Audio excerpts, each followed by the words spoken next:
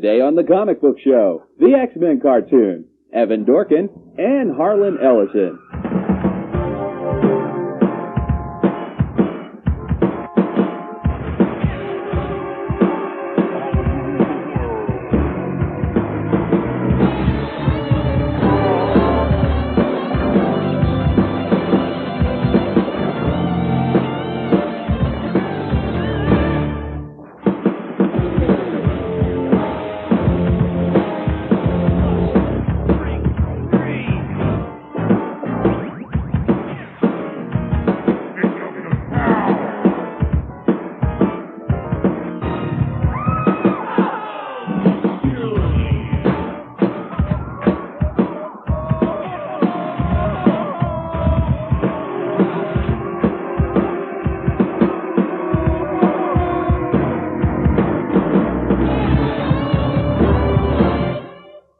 Welcome to the Comic Book Show, the only TV show about comics. Your central authority for cartoons, comic books, and collectibles, and other stuff that doesn't begin with C.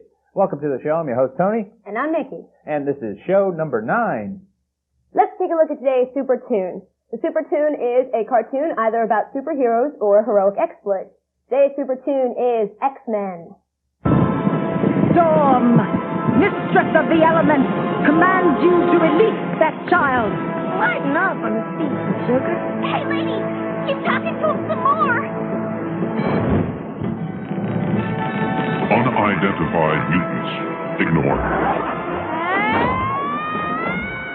X-Men, the cartoon. Well, I enjoy it better than I like the X-Men comic book, but that's not saying a lot because, boy, the X-Men comic book is just very confusing. I like the X-Men cartoon because there's not as many characters in it. Unfortunately, I think it's just a washed-down version of what Chris Claremont used to do. Quality of animation, going according to that, I think X-Men's pretty bad. But the stories I really enjoy. I think it's neat how they kind of take like two different stories from the books and kind of splice them together like a really bizarre yet interesting what-if type of aspect. So I would say an A for stories, but definitely a C- for animation, especially when comparing it to something like Cadillacs and Dinosaurs or Batman the Animated Series. Yeah, animation's not that good. I think it's about on par. It's about as good as you're going to get, or at least as good as you'd want in an American cartoon. And of course they have lots of people with lots of weapons, and they never seem to kill anybody, which also bothers me too. We interviewed Chris Claremont on the second show, and here's what he had to say about it. I watched 5 seconds, I think, of the second pilot, the Night of the Sentinels thing, and Rogue said a line to the effect of, "Cyclops, you look as nervous as a cat, long-tailed cat in a room full of rocking chairs." And I thought, I'm out of here. Well, let's rate today's Super Toon, the X-Men, on the Mighty Meter. The Mighty Meter rates cartoons and stuff from 1 to 5, 5 being mighty good and 1 being mighty stinky. I'm going to give X-Men, I give it a 3.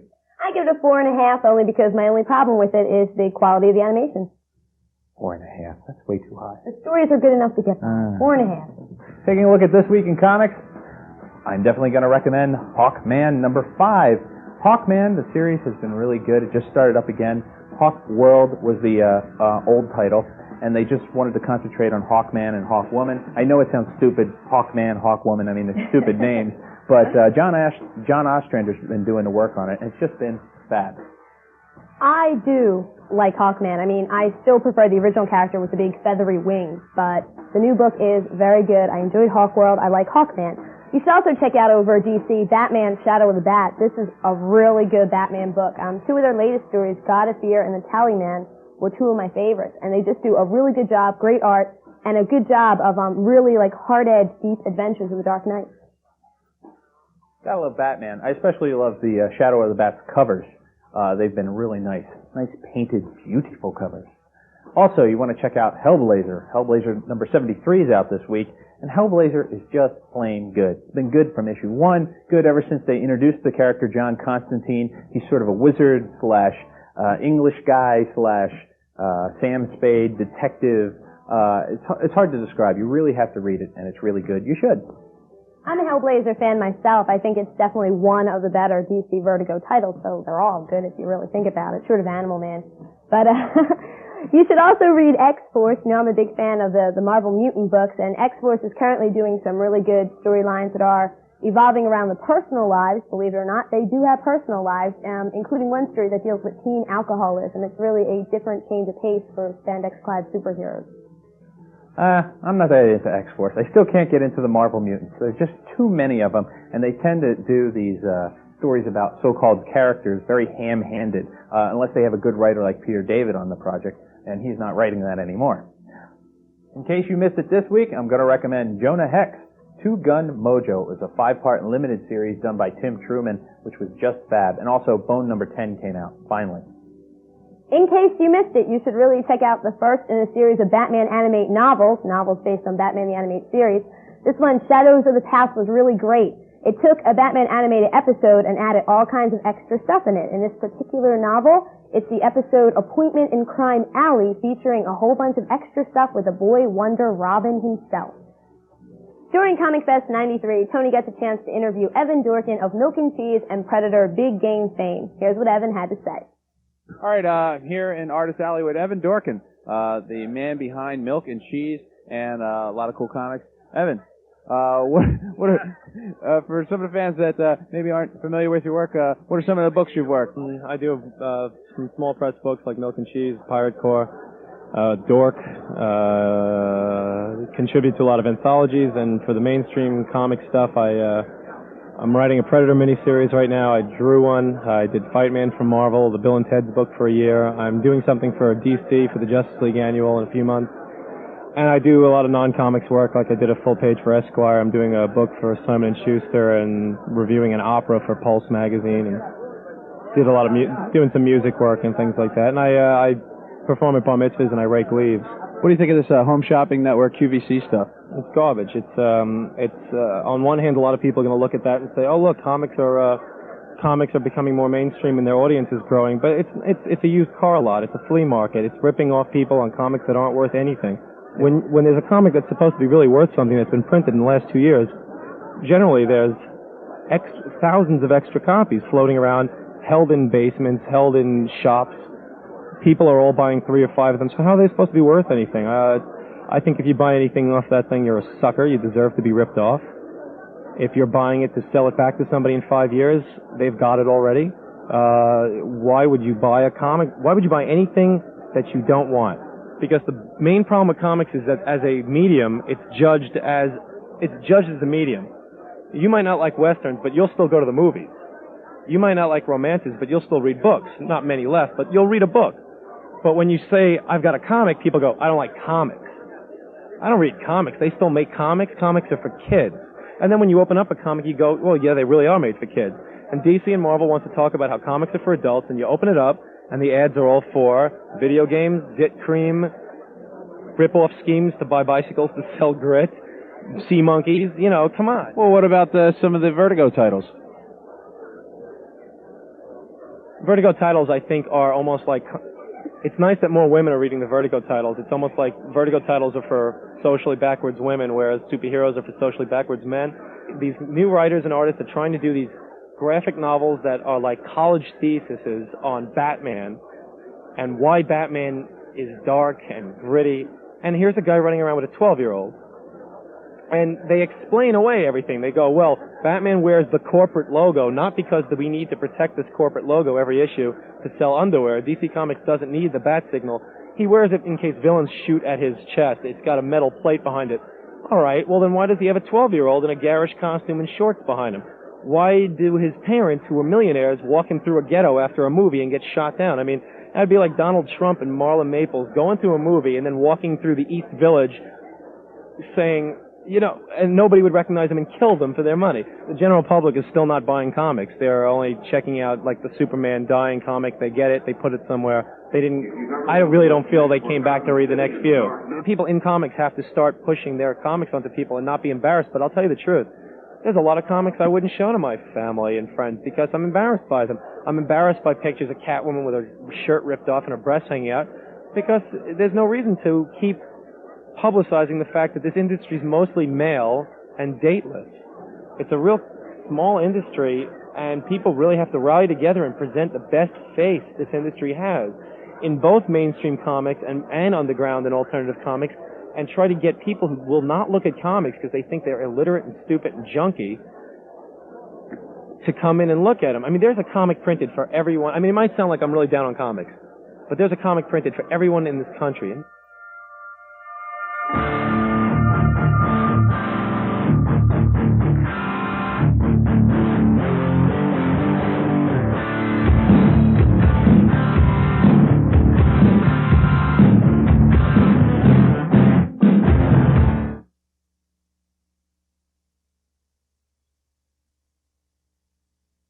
The Comic Book Show is sponsored in part by Cosmic Comics on the White Horse Pike in Berlin, New Jersey. For a wide selection of trading cards, new and back issues, it's Cosmic Comics. Mention this ad and receive a free X-Men number 300 while supplies last. Order Flatline Comics' next hot titles today. Flatbush Native, Invictus, and their newest title, Flatline Comics Presents. Get their number one issues before they're gone. Write Flatline Comics, P.O. Box 26264, Washington, D.C. 20001, or call 202-973-2131. Flatline Comics. This Christmas, shop at Golden Hobbies on Ariel Road in Pine Hill. Register for arts and crafts classes and learn how to make these decorative gifts. Check out our great savings on Christmas gifts, models, hobby accessories, rockets, and radio-controlled cars. Indoor racing begins this December. Mention this ad and register to win a radio-controlled car worth over $200. Call now. That's Golden Hobbies next to CB Cleaners in Pine Hill. DC. Incredible. Action. Astonishing. Adventure. The coolest heroes. The hottest heroines. And the most outrageous villains. Too tough for TV. In the universe. These ain't your daddy's comic books, fanboy. The DC Comics. Available at Marvel Comics in Princeton and New Brunswick.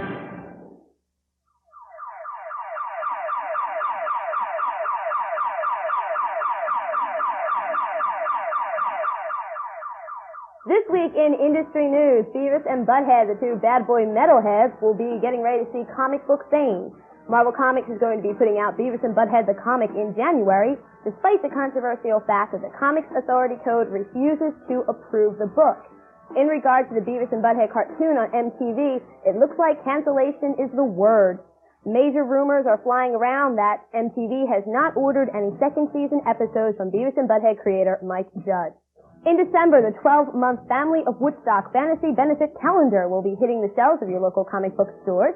This project, which is headed by Jim Starlin of Breed and Infinity Gauntlet fame, will feature tons of great artwork from tons of famous artists. Some of the people on the roster include John Byrne, Charles Vess, Bernie Wrightson, Mark Silvestri, Mike Kaluta, and Barry Windsor-Smith, among many others. The proceeds from this project will go to the New York State charity, which is responsible for supplying shelter and clothing for those who are less fortunate than others. The Zero Hour is coming to the DC Universe. This is the big miniseries that will be happening mid-next year. It will rock the total foundation of the DC Universe as we know it. Current events happening in current issues of Valor are already going to be affecting the Legion of Superheroes, and DC's Teen Titans will be affected profoundly as well. And checking the toy news just in time for Christmas, Toy Biz has a new limited edition X-Man team, which includes Wolverine, Iceman, and Cyclops. Mattel has released the Demolition Man figures based after the movie, and the characters played by Sly Stallone and Wesley Snipes. Playmates just added 22 new Star Trek figures for its Christmas line, and Hasbro has the Nightmare Before Christmas action figures, so check out them. In their G.I. Joe division, the Street Fighter II figures based after the video game are out. Blanca, the character Blanca, is the rarest one to find. And finally, if you don't like McDonald's, well, go eat there anyway and grab a Happy Meal because you get Batman animated figures with them. The figures include Batman, Robin, and several major villains. Tony was given the honor of interviewing Harlan Ellison. Great interview. Here's the report. Getting back to that Hulk issue, what issue was that they ripped off your story? Or don't you want to say? God, I don't know. I don't remember. It was a story by Bill Mantlo, and it was based on it wasn't a recent issue then. No, it wasn't a recent. It was about 10 years ago. But shot for shot, panel for panel, it was the adaptation of my Outer Limits segment at Soldier. Yeah. And in fact, when they sent me, somebody ratted them out. You see. Somebody dropped the dime on them, and they sent me the the pages before they were going to be run, and the title thing was Soldier. But then somebody caught it and said, God, geez, if you're going to rip him off, don't even use the same name. So they changed it to Trooper or something like that, because it fit the same space. But it was exactly the same. And it wasn't out on the stands 2 days before fans were sending it to me saying, look at this. So I called Mike Hobson at Marvel, and I said, do I sue you into oblivion or do we take care of this? And he said, well, let me look at it. And he went down the hall and he asked Denny O'Neil, he said, take a look at this. Is this Harlan Ellison Soldier? And Denny took one look and he went, and Shooter knew all about it. Shooter, because they had the tape, they had the Outer Limits tape in the office, they were running it. So Shooter knew about it, and he okayed it, and they did it, and they put it in. So Hobson, who's a very decent man, a very good guy, said, okay, what do you want? And I said, well, I want X amount of dollars. And he said, fine, that's okay, we'll take care of that. And I said, and I want everything you publish in perpetuity. You just send it to me, that's it. And so, since then, I get everything from Marvel. What comic books would you put apart from all the others that would be the best in America literature? Well, if we get past all of the, if we exclude all of the great strips, Prince Valiant and Crazy Cat and Joe Palooka and Little Orphan Annie and all that kind of stuff, which is actually newspaper comics, I think the original Captain Marvel, the C.C. Beck Captain Marvel, is classic stuff. I think all of George Carlson's comics, Jingle Jangle comics, which you don't know anything about because you've never seen one. Am I right? Right. Folks, here's the host of this show, and he doesn't even know George Carlson's work. See what I was talking about? Racial memory? For him, nostalgia is what he had for breakfast. George Carlson was this great American artist. Wait, back up, Harlan. Thank you. All right, I've taken it up. There's not enough time in a lifetime to read every comic book that has ever been published. But I've read some good stuff. What about James O'Barr the Crow? Did you read that? Did you like that? No, not particularly. Oh, I liked it. I thouut it was good. Well, that's good. You probably like Chafed Ties, too. No. Isn't there anything that's coming out now that's You already mentioned things. Concrete? You mentioned Concrete. I like Concrete. Neil Gaiman's Sandman is absolutely brilliant. We interviewed Neil on the first show. Why do you feel that you must defend yourself? I feel so threatened because you're insulting me. I'm insulting you? No. You keep calling me stupid. You call it everybody. I ask you, did I call him actually stupid? I didn't actually say stupid. I said that for you, nostalgia is what you had for breakfast. But it's not. I didn't even have breakfast. That was very good. That was a lot like humor. Something close. Except dull. It's sort of like your fashion statement here. My vest? So you don't like this? Jesus, wearing a $200 leather. Animals died to give me this vest. Very politically incorrect. You don't like this? I'm politically, heaven forfend, I'm not the PC police. I'm just goofing around.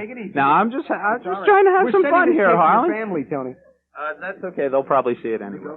Before we go, Harlan, I wanted to Wait, we're done with each other? Well, unless you got more to say, but I wanted to ask you if you have any new books coming out. Well, we don't have enough tape for everything you have to say, but... Yes, I have a new book coming out, which is called Mephisto in Onyx. And it ran almost all of it, all but about 500 words, but it ran in the October issue of Omni. And it's sort of Alfred Bester's The Demolished Man. No. Okay. If he were not busy reading The Crow, he would have possibly read this great novel called The Demolished Man by Alfred Bester, which is about a society full of telepaths. And in a society where everybody can read everybody else's mind, how do you commit a murder and get away with it? That's the basic idea of The Demolished Man. It's a great book. Anyhow, this is The Demolished Man, as if it were written by Jim Thompson, whose name, of course, you know. No. Jim Thompson was this terrific noir kind of mystery writer who wrote paperback books in the 40s and 50s, got paid nothing, or as we say in Yiddish, bubkis for it, and he's now been discovered, and you can find Jim Thompson's books now in all bookstores, and they're wonderful, wonderful stuff. They made a lot of movies out of them, Mephisto and Onyx, and that book will be out in November. Are you on the air with this before November? We should, yeah. Yeah, November 20th. Right, in all good bookstores. Mephisto in Onyx, $16 is the trade edition, and the limited is $65. The cover was done by Frank Miller, one of the great modern... I know who Frank Miller is. You know who Frank Miller is. I read all of Frank Miller's stuff. That's terrific. And you know, of course, who Giordano Bruno is, and Igor... You heard the name. Burn for his beliefs. Big mouth, just like me. Wouldn't recant like Galileo. Tony, I've heard of Galileo too. it's been a little slice of heaven, and I'd like to thank you for talking with us. Listen, no, thank you for talking to us. We hope you'll come back real soon on the show. You've been a wonderful contestant, and we're going to... Don't forget to pick up your box of rice-a-roni, the San Francisco treat.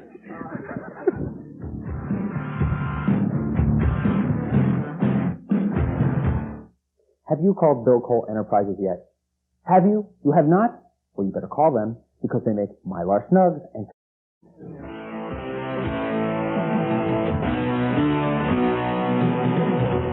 Good evening. Welcome to another episode of Hulk Counter Hulk, the show that addresses both sides of the issue. As always, my guests are the Smart Hulk and the original Hulk. Now, the Smart Hulk. What is your opinion on the right to die issue? I don't know. Ask him. Original Hulk? Hulk not care. You talk. What's wrong? What's going on? I don't understand. What's wrong? They're renewing their contracts, and they refuse to talk until they get their money. Gentlemen, surely you must have an opinion about the Bill Clinton administration. Homelessness? Unemployment? Come on, you idiots. If you don't argue, we don't have a show. We don't have a show. Hulk what? Residuals. Residuals! Only makes you rich. You make me angry. I get stronger. Dear God, run!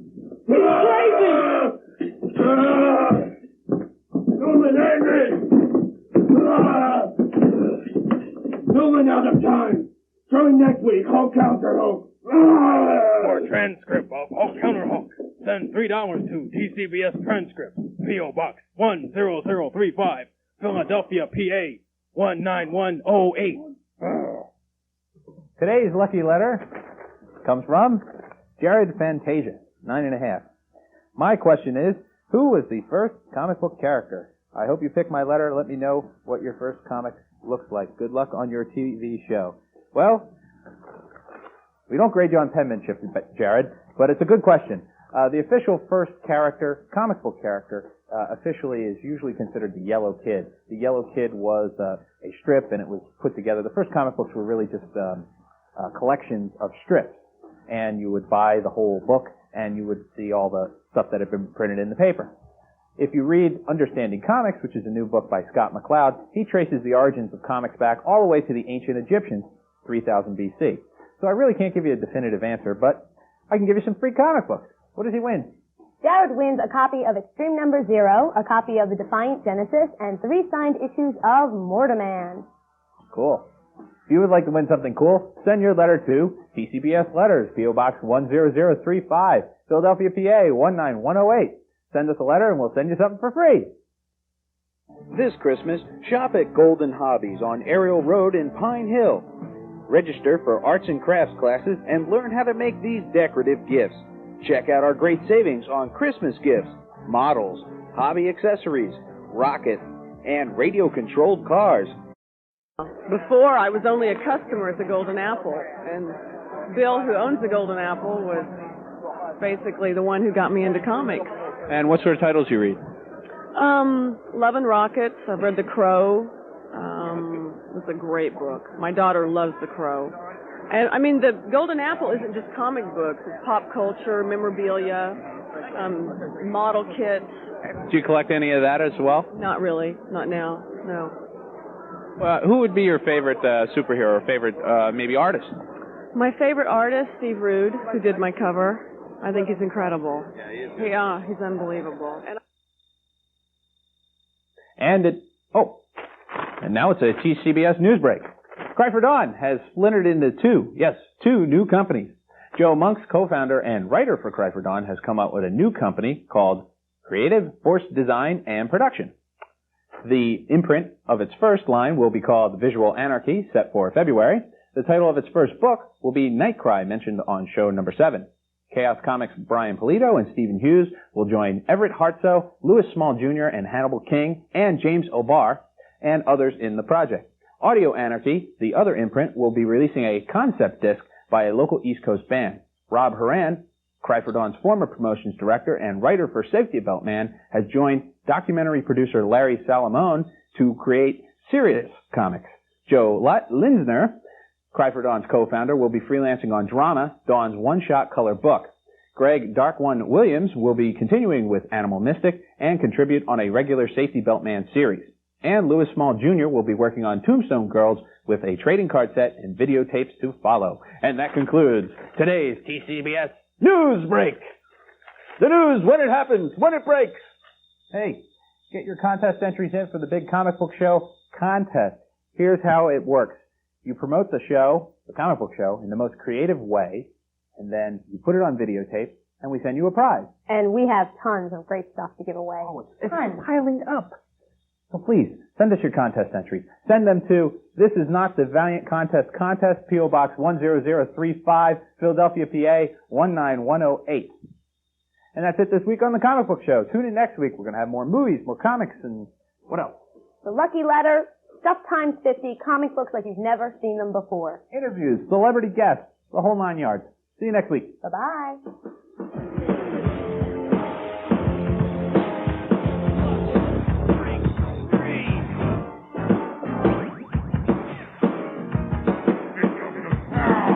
Enterprises is the exclusive supplier of comic book preservation supplies to the Comic Book Show. Ask for their products by name. And remember, when you go to your local comic store, say you saw it on the Comic Book Show.